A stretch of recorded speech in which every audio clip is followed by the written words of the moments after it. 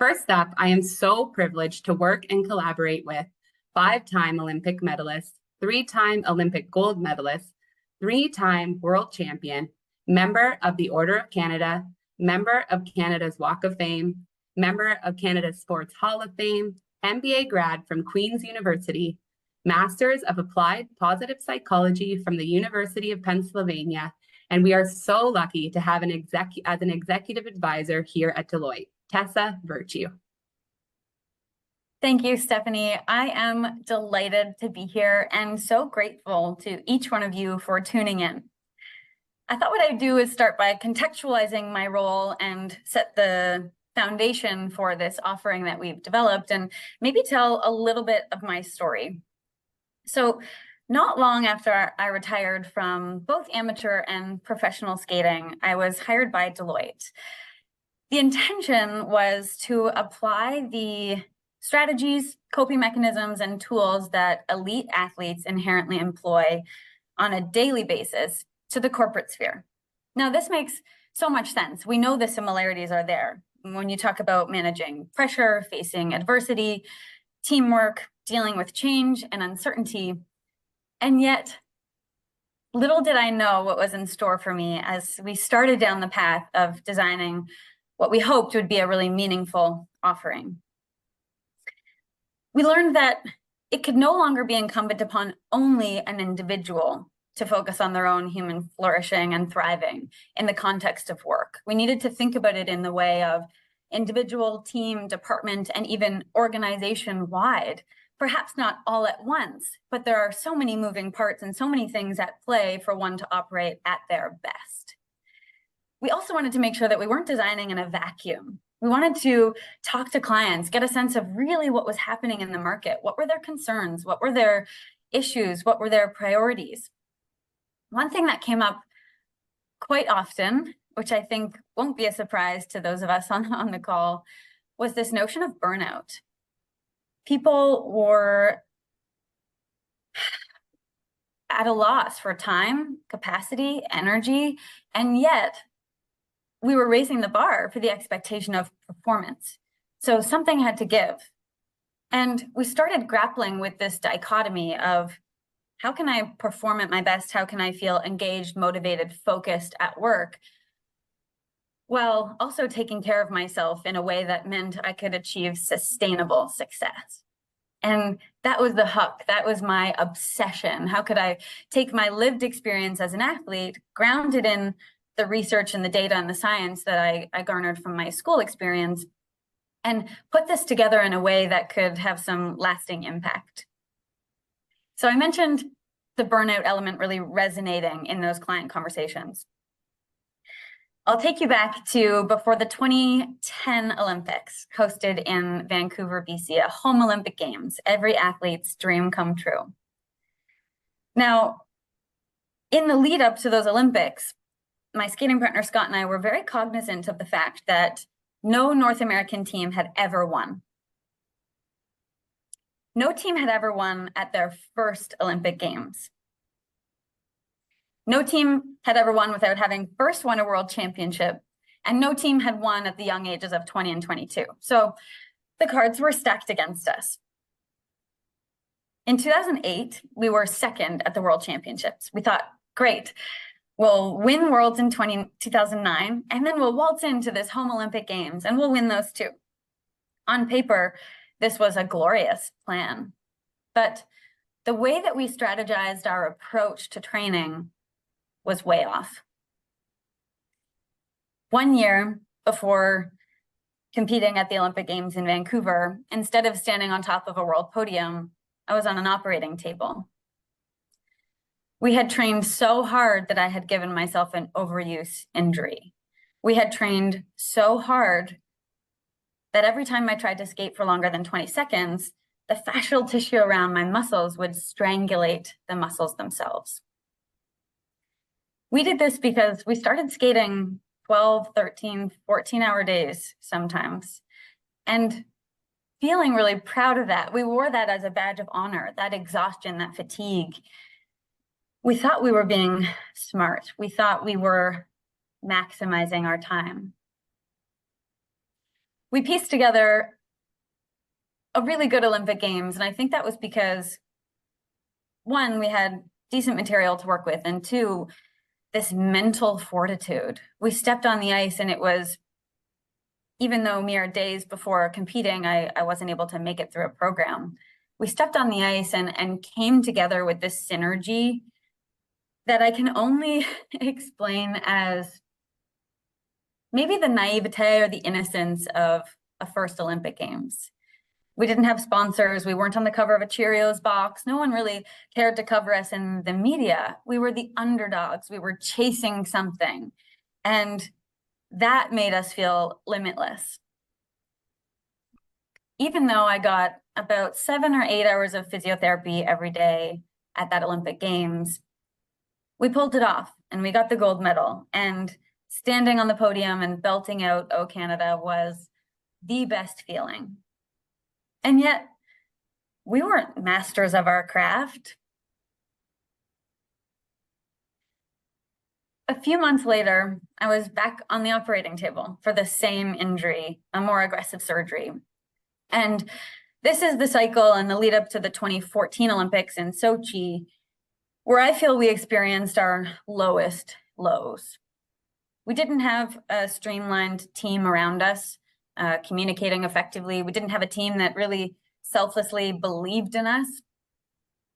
And we kept going with that approach. We kept going with that approach because no one thought to question it. Skating is a little archaic in nature. And we just kept kind of driving ourselves into the ground. And I remember in that Olympic quadrennial, those 4 years between Vancouver and Sochi, we won a couple of world championships, I think. And I remember standing on top of the podium and thinking, is this it? Is this what I'm dedicating my life to? Is this worth it? This isn't how I thought it would feel. The sacrifice, the deprivation, the pain, the pressure. Why am I doing this if this doesn't feel fulfilling? There was no joy. We competed in Sochi feeling like it was us against the world, and we walked away with 2 silver medals. I'll say that we were actually pretty content with our performances, but the problem with silver is that you always feel like you've lost gold. You don't really feel like you've won silver, especially when you're defending a title, especially when, as far as we were concerned, anything other than gold was a failure for the country. We carried that weight so heavily and focused our entire approach and training and material. The focus was on appeasing 9 judges instead of really being true to ourselves and being true to our values. After those Sochi Olympic Games, we decided to retire. We walked away from competitive sport and we were so tired. We were so burnt out, disillusioned by sport, and questioning what we had just spent, decades to achieve, questioning how that set us up for the rest of our lives. After some time away from competitive skating, which offered great perspective in realizing the importance of it all, or lack thereof, Scott and I had this conversation about what would it look like? What would it look like if we were to come back and compete at the 2018 Olympics? How could we skate differently? What would it feel like to hear representing Canada, Tessa and Scott Moyer, and skate away from the boards from coaches who really loved us, who supported us, who believed in us, who empowered us? What would that feel like? What music would you want to skate to? What costumes would you use? How could we make a statement? And maybe more importantly, how could we find the joy?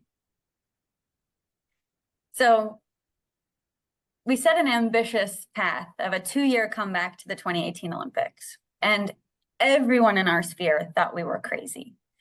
People thought it was so risky. We had everything to lose, so much so that we didn't get funding because it was too risky. That only fueled us. We put together a team, about 20 or so coaches. best in the world, a sports psychologist, an osteopath, strength and conditioning, you name it. And we shifted the dynamics that we had gotten used to with that regular coach-athlete relationship. And instead, we operated as if we were the CEOs of our business. We had weekly, monthly board meetings where we took it upon ourselves to cull out the brilliance of each and every one of our coaches. We made a few key mindset shifts at this time. The most prominent being, we started to chase excellence instead of perfection. We focused on the pursuit of excellence instead of perfection. This changed everything for us, as we knew perfection was unattainable. Suddenly, we could skate with this unabashed, uninhibited passion without being cautious and hesitant. We learned to be comfortable in the uncomfortable. Anytime you attach meaning to something, there's inevitably stress. And those 2 years were pressure-filled and filled with so much anxiety, physically, mentally, emotionally, because we were in pursuit of something that really mattered to us. If we could learn to be more comfortable with that feeling than our competitors, that was a competitive edge. We also transformed our greatest fear, falling at the Olympic Games, into part of our preparation. We practiced falling. We gave our coach a whistle, and every time she blew the whistle, we had to fall and get back up, fall and get back up, fall and get back up. And every time we did that, it bolstered our confidence. We started to feel like, we can do this. We can do this, no matter the circumstances, no matter the environment. We skated on ice that wasn't flooded for 12 hours a day. We practiced turning on and off our music, on and off the lights. We practiced mitigating all risks. If one of us was sick, we'd high-five each other and think, great, we know we can do this when we're healthy. Now we know we can do this with a migraine. Now we know we can do this with a cold. Our preparation was so detailed and so focused. We worked harder than ever before, but we skated for 3 hours a day. The emphasis on rest and recovery was enormous.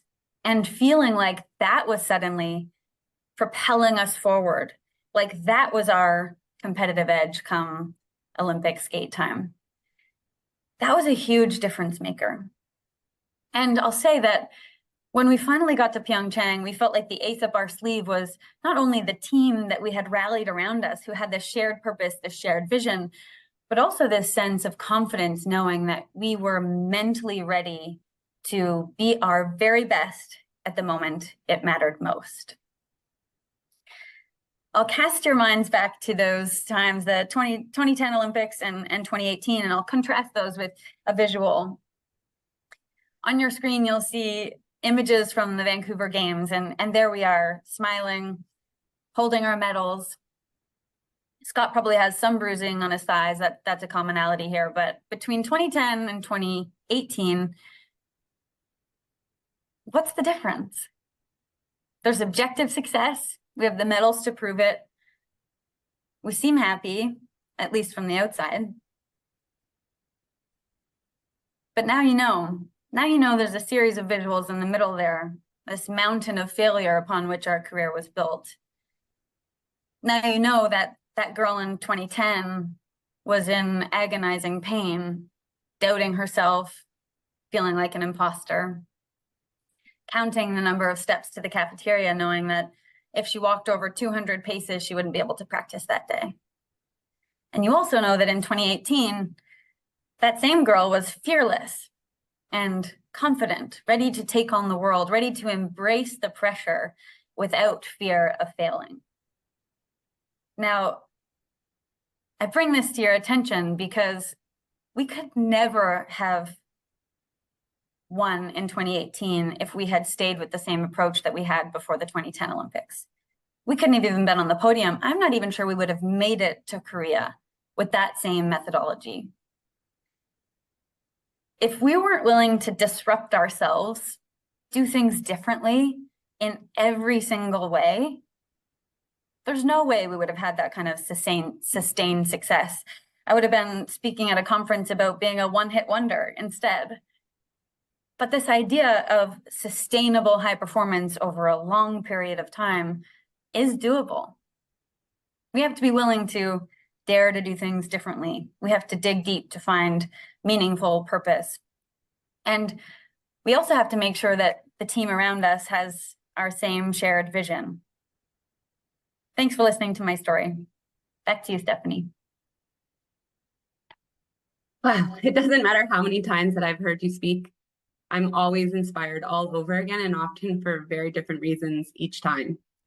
Tessa, why don't you tell us a bit about your personal purpose?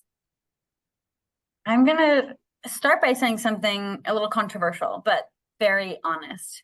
And that is, I didn't always love skating. In fact, I'll be bold and say that I spent the majority of my time as an athlete, as a figure skater, kind of hating it. And I share that candidly because I may not have loved the sacrifice. I may not have loved the glide of the blade. I may not have loved the pressure that came with it or the ins and outs of the day-to-day of being an athlete. But I was able to find moments of meaning. And finding those moments of meaning meant that then I could attach my workload, my everyday tasks to my greater purpose. And when I was really clear on my why, I was a better partner to Scott. I was a better student to my coaches. I was better able to absorb the responsibility I felt to the media, to the country, not to sound dramatic. I was better able to elevate my performance because I felt it was in pursuit of something really significant to me. And I want to be clear about that because one, I think there are misconceptions about this idea that in order to tap into your purpose, you must inherently love every element of what it is you do. And I'll argue that. I'll say, no, we can be great in spite of the difficulty around a job. In fact, we can lean into that. And by finding the moments of meaning, the moments that matter, that's when our performance is unlocked and we can launch into another gear. We recognize in the corporate world that purpose and outcomes are more nuanced and not always meaningful at the individual level.